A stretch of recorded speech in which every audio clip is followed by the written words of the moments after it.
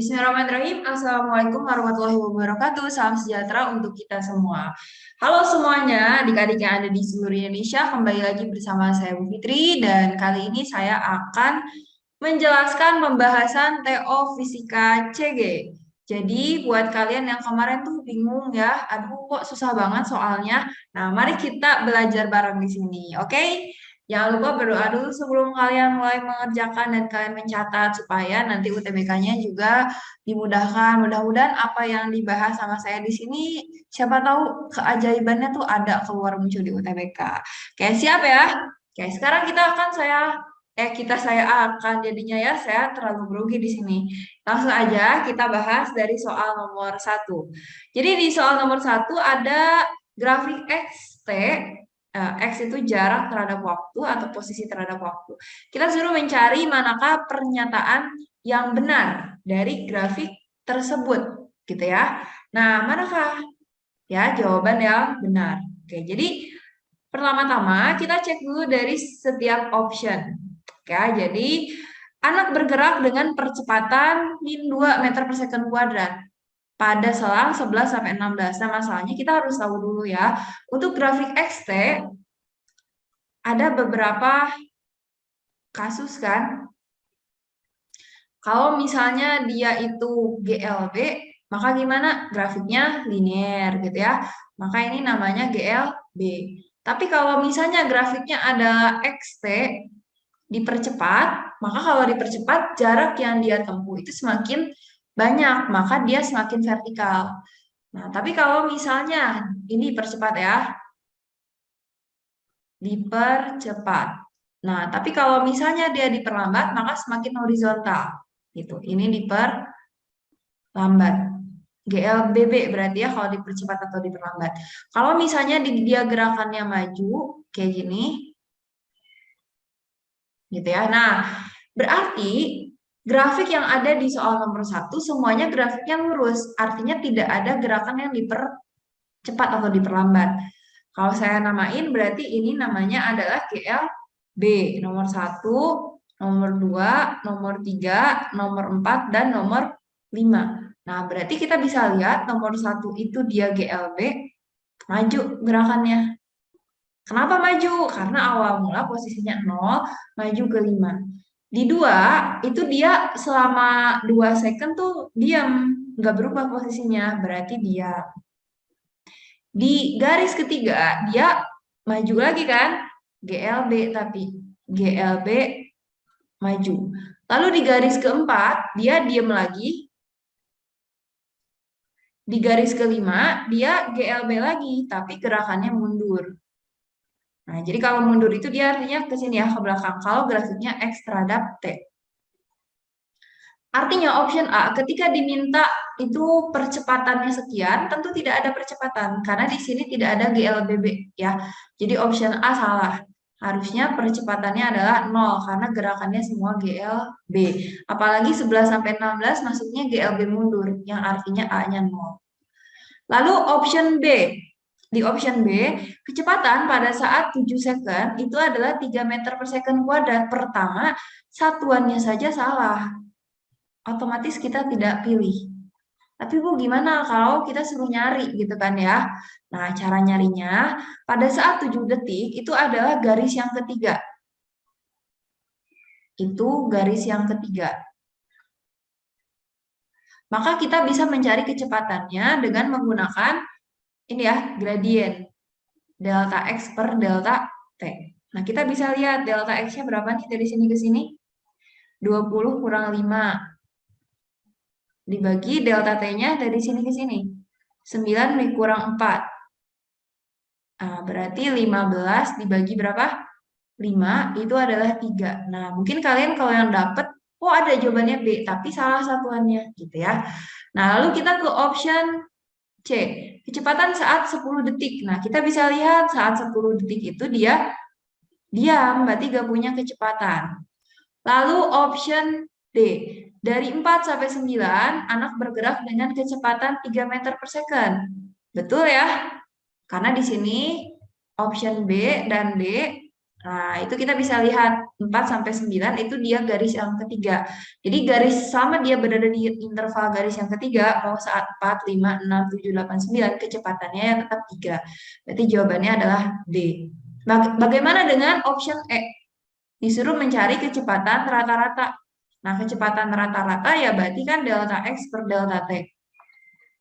Di sini diminta dari 0 sampai 15. Berarti delta X-nya awalnya itu 0, T1-nya, T2-nya adalah 15. Berarti kan T2 min T1. Ini juga X2 min X1. Nah, berarti X2 itu adalah X saat 15, X1 itu X saat 0, T2 itu berarti 15, T1-nya adalah 0. Nah, kita lihat saat 15, X-nya berapa guys? Nah, saat 15, X-nya adalah 5. Saat 0 berapa X-nya? 0. Dibagi 15. Berarti dia 5 per 15 sama kayak 1 per 3 meter per second. Nah, dibilang di sini 20 per 16, berarti salah ya. Berarti kalau begitu jawabannya benar adalah dodol. Kita next ke soal nomor 2. Dua buah balok M1-nya adalah 4 kilo. Oke ya, kita tulis di sini diketahui M1 sama dengan 4 kilo. Terus M2-nya nggak ada, M2 aja. Terhubung oleh seutas tali ringan dan tidak elastis. Kedua balok ditempatkan pada meja horizontal yang kasar. Pada balok M2 bekerja gaya F sebesar 50 Newton. Membentuk sudut tan tetanya adalah 4 per 3. Nah, tan teta yang hasilnya 4 per 3, berarti tetanya adalah 53 derajat ya.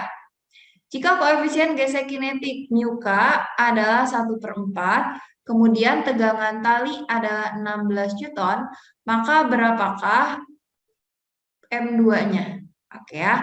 Nah, kalau ada balok-balok seperti ini, maka kita mengerjakan dengan menggunakan gaya-gaya. Berarti konsepnya adalah dinamika hukum Newton. Ya, kita tulis ini dinamika hukum Newton.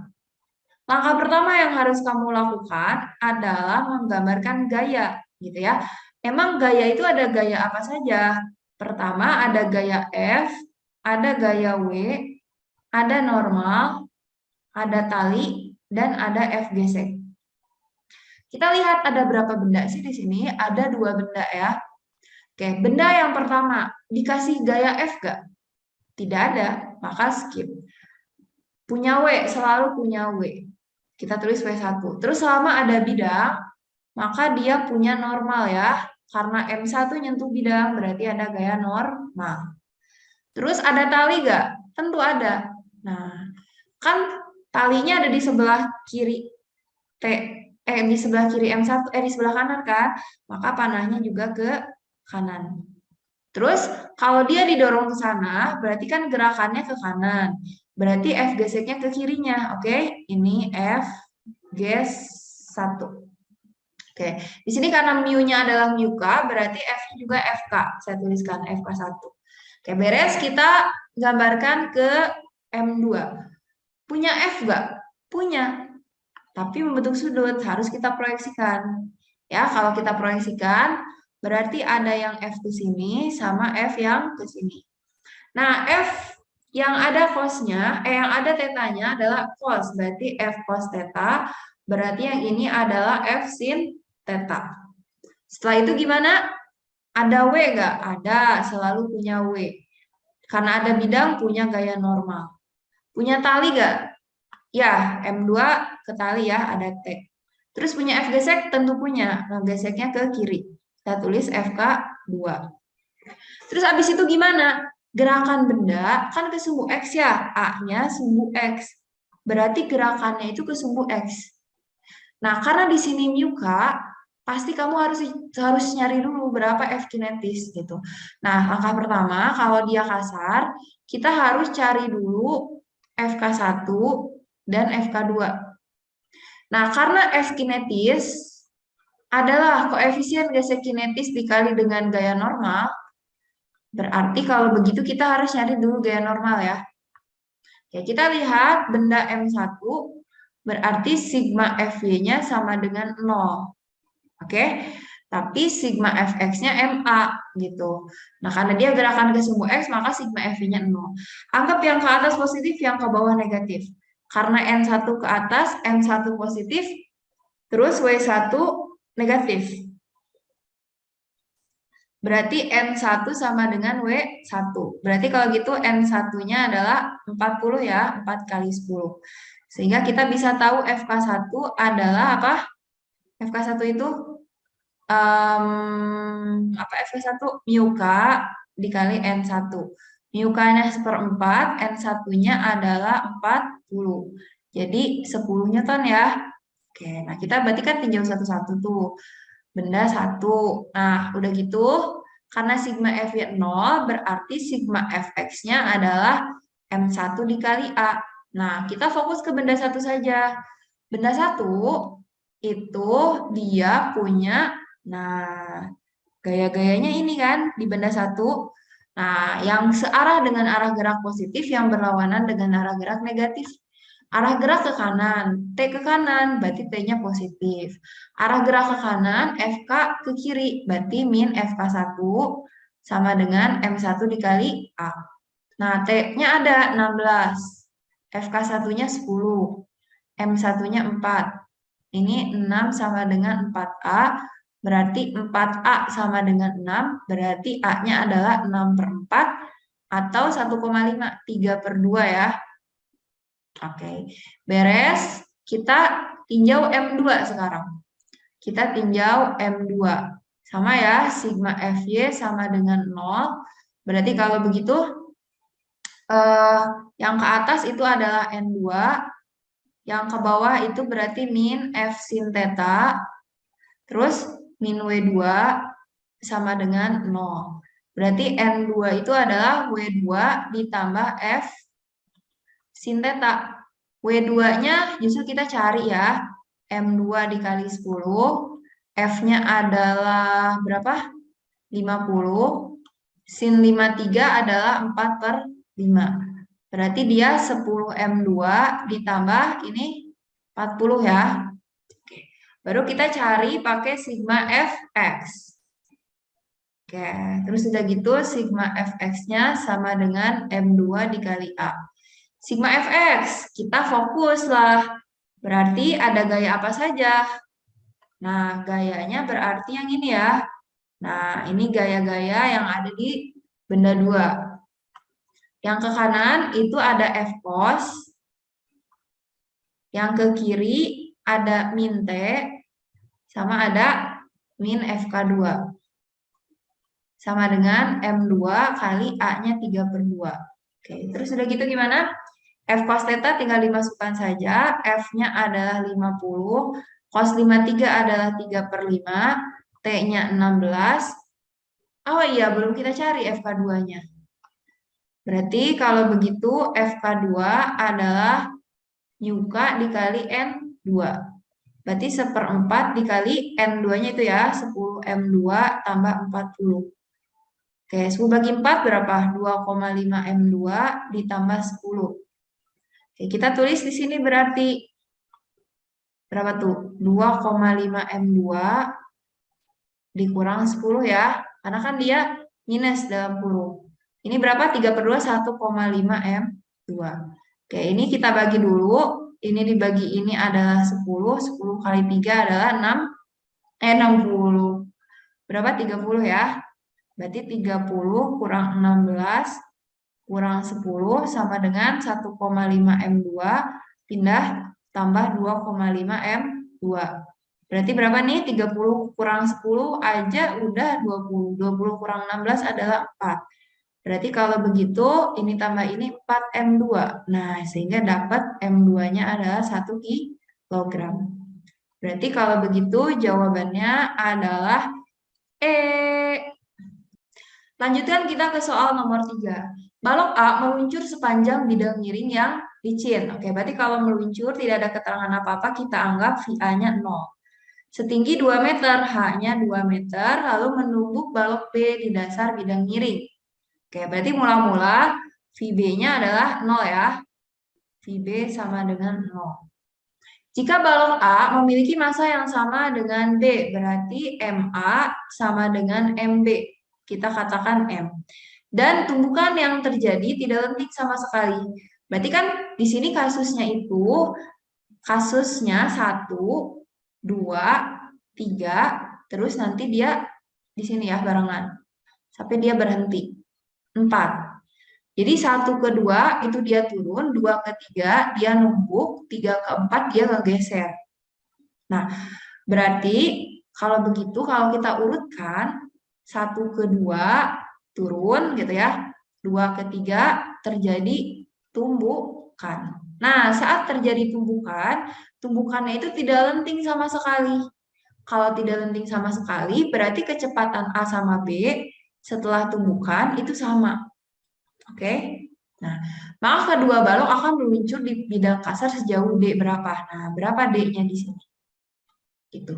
Dikasih tahu bahwa mu-nya adalah 0,25 atau 1/4. Yang dicari D-nya.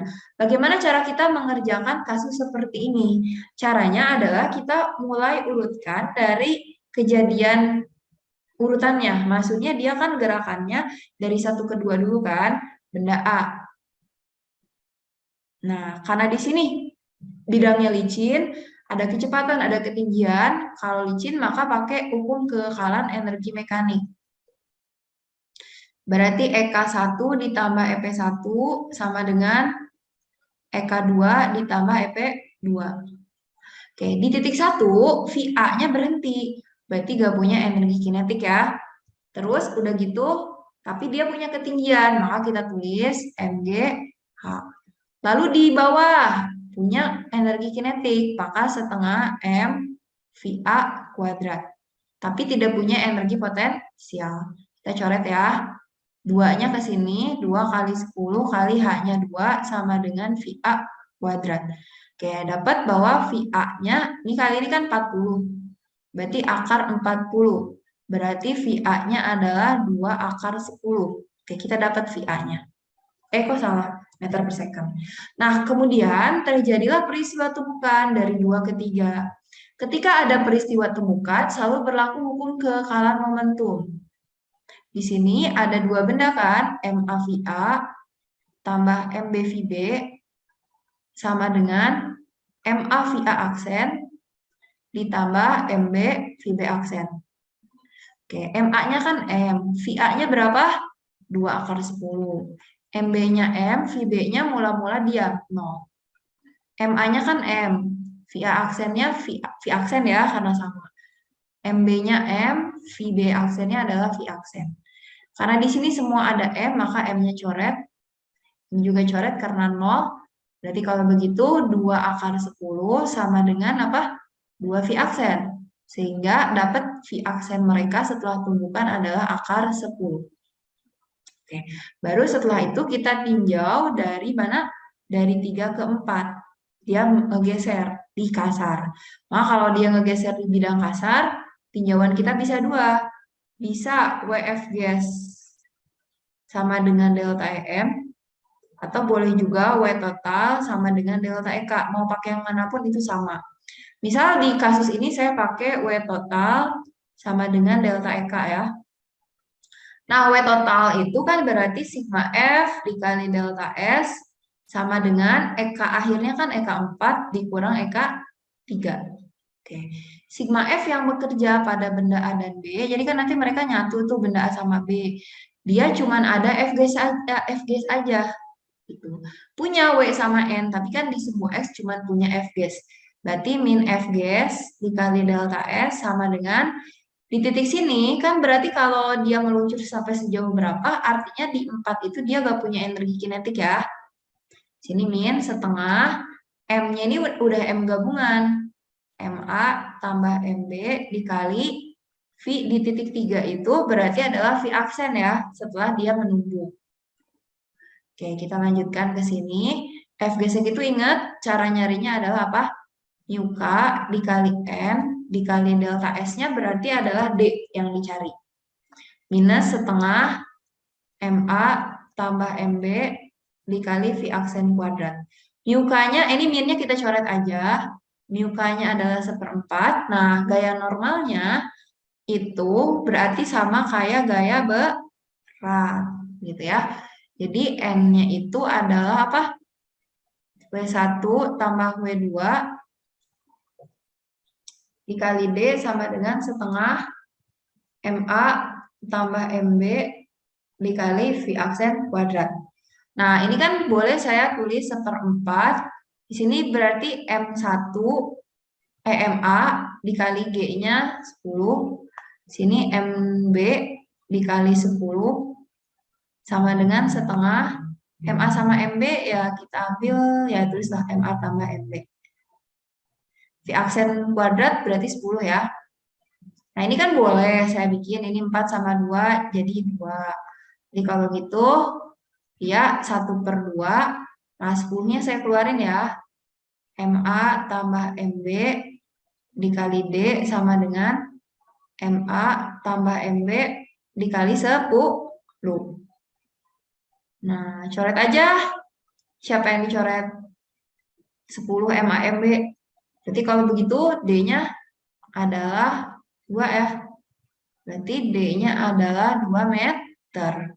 Sehingga jawaban yang benarnya adalah dodol. Oke, sekarang kita akan lanjutkan ke soal nomor 4. Kita tulis yang diketahui bersama-sama. Jadi katanya ada kawat A sama kawat B. Oke, kita tulis ada kawat A, kemudian di sini ada kawat B. Memiliki panjang dan diameter yang sama. Berarti panjang A sama panjang B sama, diameter A juga sama dengan diameter B. Kalau diameternya sama, artinya luas penampangnya sama. Tapi modulus siangnya berbeda, berarti yang ini EA, yang ini adalah EB. Jika diberi beban bermassa M, katanya kalau dikasih beban, jadi kan ada kawat nih, gitu kan, kawat A, terus dikasih beban. Berarti kawat ini akan bertambah panjang. Nah, dikasih bebannya M, berarti yang membuat dia berubah panjangnya adalah karena ada gaya berat mg. Di sini saya tuliskan, berarti karena dikasih beban M, maka F-nya mg. Kalau dikasih bebannya 3M, maka F-nya 3mg gitu ya. Nah, maka FA itu adalah mg, ternyata meregang sejauh X. Delta XA-nya adalah X. Sedangkan kawat B meregang sejauh 2X. Artinya kalau dikasih F yang sama, FB, MG, nah tapi delta XB itu adalah 2X. Nah, kalau ada keterangan seperti ini, artinya kawat A punya konstanta elastis A, kawat B punya konstanta elastis B, yang mana nanti kita harus tahu berapa. Apabila kawat A dan B disambung, oke, sekarang ini kan keadaan awal ya. Keadaan yang kedua, si kawat A sama kawat B itu disambung. Nah, kalau disambung itu artinya dia dipasangnya seri. Misalnya ini kawat A, ini kawat B. Nah, ini kawat A punya konstanta Ka, kawat B punya konstanta Kb. Terus udah disambung, dikasih bebannya 2M. Nah, 2M dia dikasihnya. Berarti F-nya adalah 2mg berarti ya. Nah, pertambahan panjang keseluruhan kawat berapa? Berarti delta X saat dipasang seri tersebut berapa? Oke, berarti ketika di sini ketika dikasih F berapa, delta X-nya sekian, kita harus tahu dulu K total di sini berapa.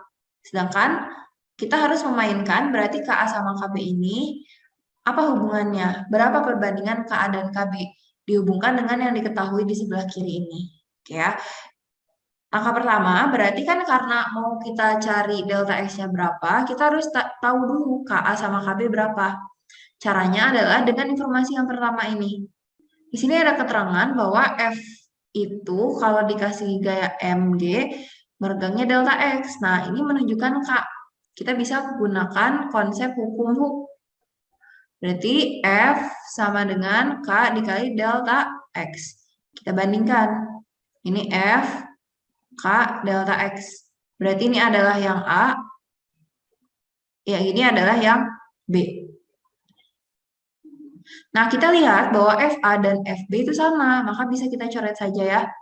Terus sini KB-nya kita kesinikan, delta XB sama dengan KA delta XA.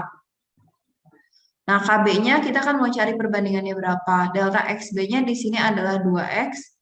KA, kita tulis KA, delta XA-nya adalah X. Kita bisa coret X-nya. Berarti kalau begitu, KB adalah setengah KA. Boleh nggak saya dalam bentuk KA berapa KB? Boleh ya. Tapi di sini saya menggunakan variabel KB-nya itu setengah KA. Jadi kita tahu bahwa KB-nya itu setengah KA, KA-nya KA doang. Nah, langkah selanjutnya gimana? Ya kita cari dulu KA total ya. Saat diserikan. Menggunakan konsep seri. 1 per K seri adalah 1 per KA ditambah 1 per KB.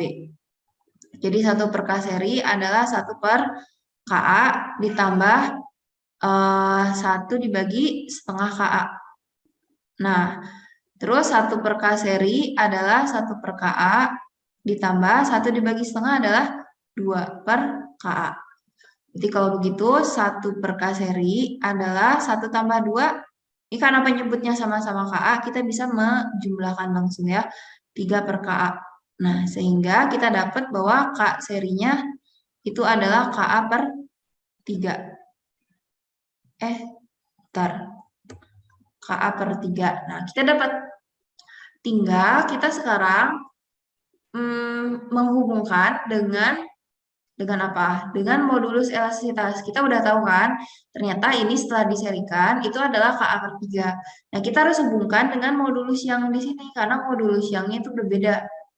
Nah, kalian ingat persamaan bahwa K itu adalah EA dibagi dengan L0.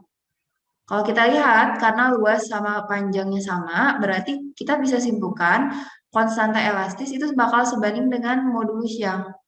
Kalau K-nya sebanding dengan modulus yang, karena kita tadi dapat info bahwa ternyata K seri itu adalah KA per 3. Nah, karena K-nya sebanding dengan E, berarti E seri itu adalah, ini boleh saya bikin jadi sepertiga KA ya. Sepertiga K-nya jadi EA.